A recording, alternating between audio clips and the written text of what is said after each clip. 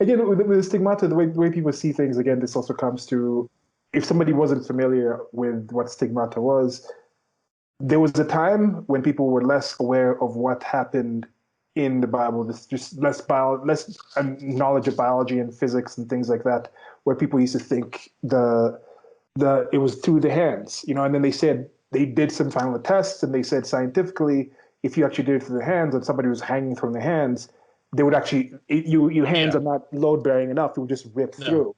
Yeah. So then they said, okay, maybe it was the hands, and then it was like they were tied, the wrists It's were between tied. there's two Yep, bones right here, so it goes in exactly. between. Yeah. Yeah. Is it the ulna and something? No, I think the ulna is a leg. But yeah, they said now it was between then. But stigmata, and then I think they've even gone back and seen like bones, and now they've done studies and excavations of because people literally were being crucified for years. Yeah. When people Yeah. walk around with a crucifix, they're literally walking around with a torture symbol and talking about we're the good people. Let me spread the good word with you as I wear this torture symbol on Yeah. my chest. Like, come on now, people. But that really happened. So they checked and saw how it was being done by the Romans and the people that were doing it at that time. And yes, it was through there. It was through the actual, because now there that's load bearing because the nail comes to the bone that's on there and it can actually carry someone's weight. But stigmata is normally on the actual palms because that's how it was taught. That's how people were told. They told like with the story of doubting Thomas, they didn't say Jesus showed him his wrist. They said he showed him his palm. I don't know if it's literally written as palm in the Bible or whatnot, but Mm. when Doubting Thomas said they turned him away, but that there's been, I think, stories at least told of it being through the palm. I remember as a kid being taught that and then learning through actual people going into history and looking into science and seeing the difference of it. So that's part of how it informs certain things. People see certain things, talk about near-death experiences being informed of what they thought of before.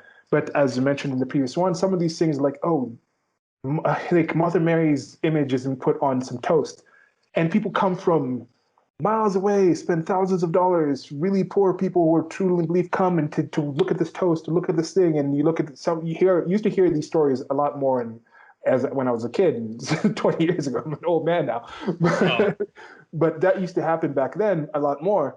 But some of these things I was looking, I was like, that's kind of small. That's like saying I believe in Zeus, and Zeus controls the lightning and the thunder, and that's what he's about. Like, but then you're saying the only sign of it is not the thunderstorms, but he's like every time you get like a static shock, you're like that's the proof of Zeus.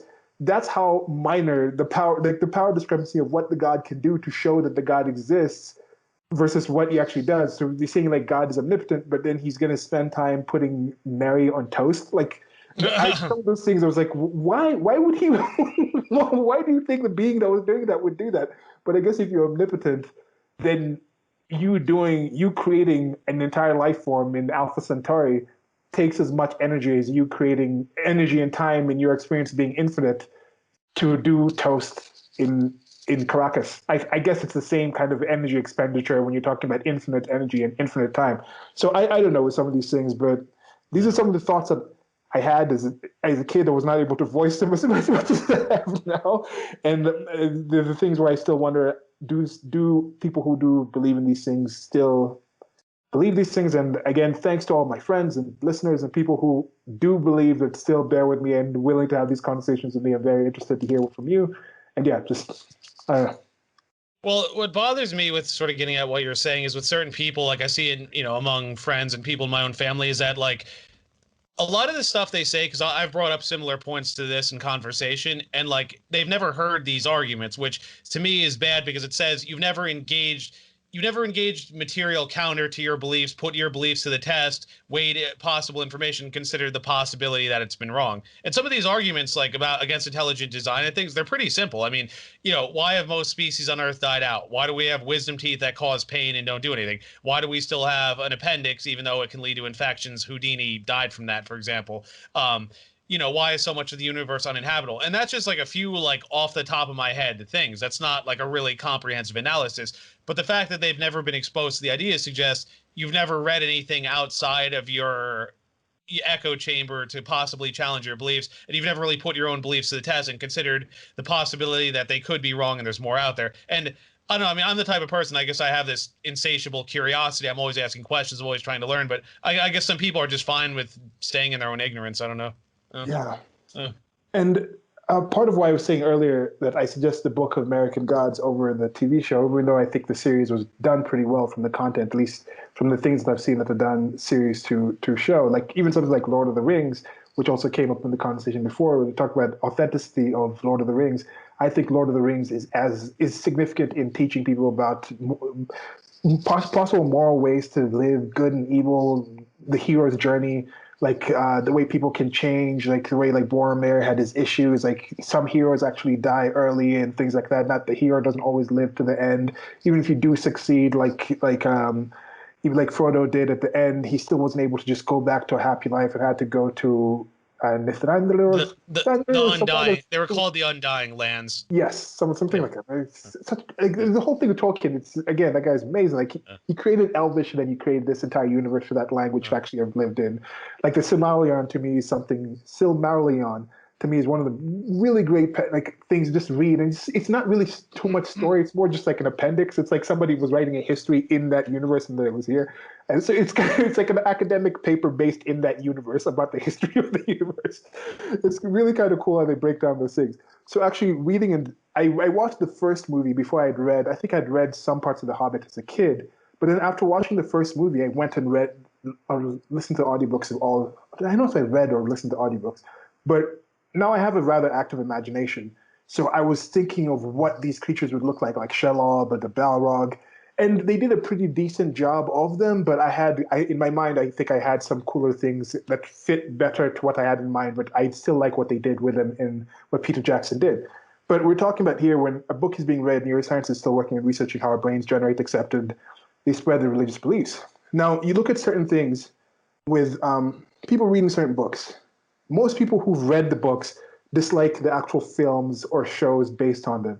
People are like, oh, that's not what Harry Potter is, and that's one of the really good ones. It would be like, and they have so many objections to how Harry Potter was actually treated as as a movie, even though it was really done rather faithfully if you actually look at the book content. But that's because as you're spending that time reading, as you're hearing somebody's story, you're doing that, you're developing a certain connection, a certain imagery, a certain certainty, belief of what these people look like, sound like, act like, what it means, the reasons those things happen. So when somebody comes and takes a book that's 500 pages that would have taken, if you're just reading it straight from the audiobook, would have taken 20 hours or so, and they smash it down into a film that's supposed to be 2 hours and has the visual aspects and the visual cues and all these kind of things that people have, there's going to be parts that are left out. So people will feel there's core parts to their belief of who these people are that are left out, that are changed in this different medium, and they have that objection to it. And that's when it comes to these things that we all accept to be fictional. People think Harry Potter on the screen is not the authentic Harry Potter. That's not really what happened in Harry Potter world. So now that's also applied when it comes to religions. Now the difference with religions, as I was mentioning at the start, is this is a belief about how the entire reality came to be. So when there's objections, if somebody puts a different version out of how reality is supposed to be, it's not just a film that you can decide to watch or not or have debates about. It's you're wrong about how everything came to be. Like you're not telling the story right. That's not how things came to be. So that's the strong effect of what actual religious belief does. And when it takes it to that different level where it's not just a fiction, but people take it to that different level where it's truth, where it's reality, where it's authentic existence. So that's something to be concerned about. Sure.